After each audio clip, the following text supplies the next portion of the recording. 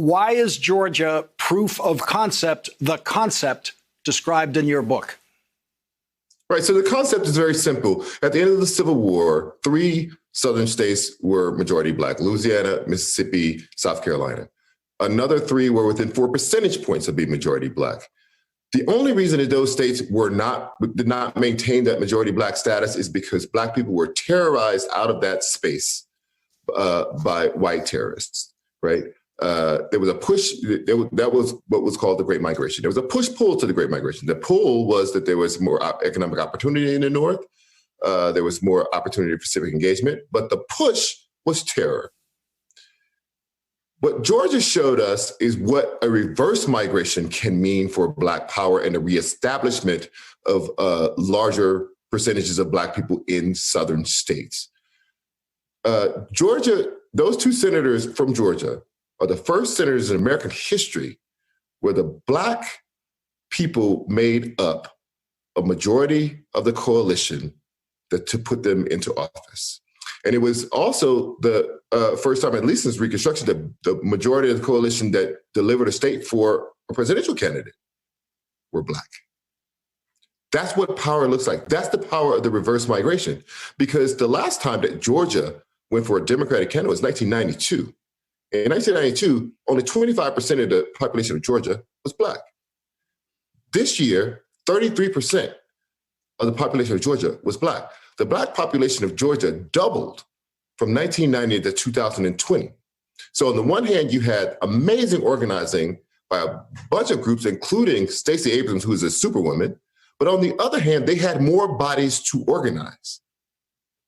And that becomes the proof of concept of what returning to the South, establishing Black power in states where you're already a large percentage of the population, changes the political dynamic of America completely.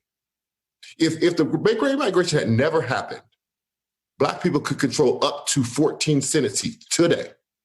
If it had never happened, Black people could control or be the controlling interest in more electoral college votes in California and New York State combined. If they voted the way they vote now over those years, you would not have had a Republican president for the last 50 years. And the entire Supreme Court would look different than it does now.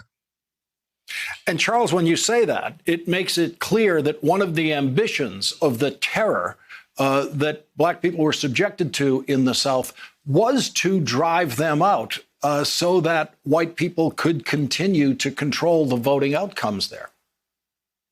The terror actually, strangely enough, it wasn't to drive them out. It was to drive them out of political influence.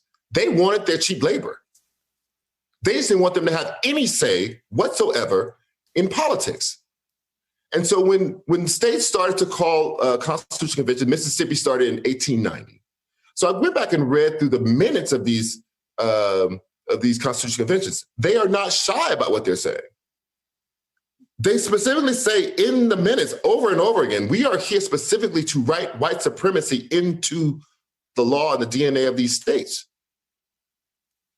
They specifically were there to disenfranchise Black people from voting because they were scared to death of the fact that Black people were the majority in some of these states and near majorities in others. They wanted to diminish your power. And what I say to Black people is that they won that round, but that victory cannot be allowed to stand. Morally, it can't be allowed to stand. But also for what it could have meant for Black power.